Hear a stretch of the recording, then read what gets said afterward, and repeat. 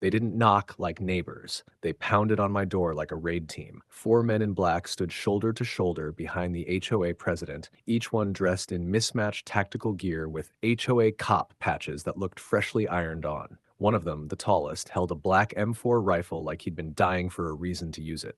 Before we dive in, comment which country you're watching from. Let's see how far this story travels. Karen, the self-proclaimed queen of the neighborhood, shouted from the driveway like she was leading a SWAT team. "Step out of the house. You've ignored your fines long enough." Her voice echoed down the cul-de-sac, loud enough to wake the entire block. But I didn't move. I just watched her and the four wannabe cops fan out across my lawn. The whole thing would have been laughable if not for the rifle. See, this didn't start today. 2 months earlier, I'd bought the old Grant property, a large 2-acre lot right on the edge of the development. The original land deed placed my home outside the HOA boundary, meaning their rules, fines, and mandatory payments didn't apply. But that didn't sit well with Karen. She tried to strong-arm me into voluntary membership. When that failed, the harassment began. Letters first, full of fake legal threats about code violations. Then came the late-night knocks from men claiming to be community officers. Finally, she escalated to property damage. Scratches on my truck, fake fines taped to my door, even an orange sticker claiming I failed yard compliance.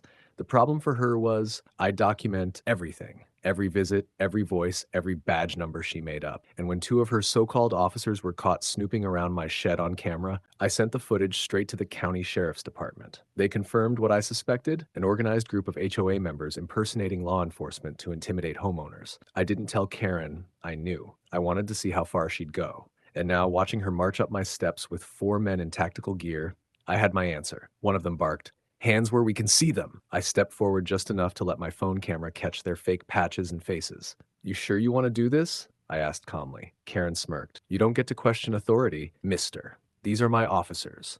You either comply or we make you comply." Her hands were trembling. She wasn't as confident as she looked. And the more I watched, the clearer it became. This wasn't enforcement. This was desperation. I glanced toward my living room, where Sheriff Daniels sat quietly listening, his badge glinting in the lamplight. He gave me a small nod, one that said, "Let them make the first move." Karen took a step closer and yelled, "Open this door or we're coming in." I didn't, because the second she touched that doorknob, the real law was about to answer it for me. Karen's fist slammed against the door again.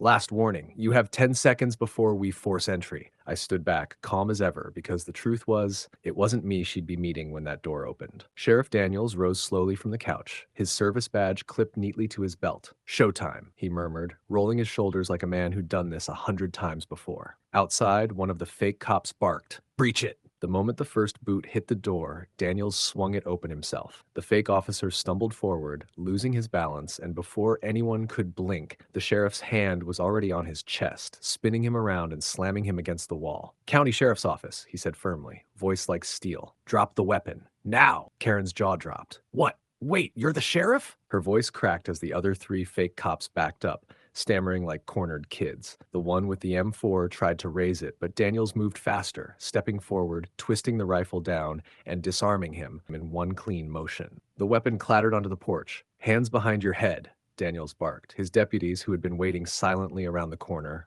rushed in. Within seconds, two of the fake officers were on their knees, hands zip-tied. Karen's face turned ghost white. "You can't do this. These are my people. We were enforcing HOA regulations." Daniels turned to her, dead calm. "You brought armed men with fake badges to a private home. That's criminal impersonation of law enforcement. And you just tried to force entry. That's burglary with intent, ma'am." Her lips trembled. I didn't know." I finally stepped forward. "You knew exactly what you were doing, Karen. You've been warned for weeks." The neighbors were spilling out of their homes now, phones raised high. Someone shouted, "I knew those badges were fake." Another yelled, "She's gone too far this time." Karen tried to salvage her pride. "He's lying. This man's property is part of the HOA. I have paperwork." Daniels motioned to one of his deputies. "Check her car." Moments later, the deputy came back holding a folder. "Sir, these documents are county forgeries. Stamps don't match. Signatures fake." Karen's shoulders sagged. No, that's not true." Daniels stared her down. "You forged county documents, hired armed impersonators, and trespassed on private land. You want to tell me again how this was HOA business?" The man who had been holding the M4 finally cracked. "She paid us. She said it was legal. Said the sheriff was on vacation." Laughter broke out from the crowd. Karen's scream tore through it. "Shut up. Don't say another word." Daniels leaned close to her, voice cold. "Ma'am, you just ordered an armed raid on someone's home. You've got the right to remain silent." I'd suggest you use it. And with that, the cuffs clicked around her wrists.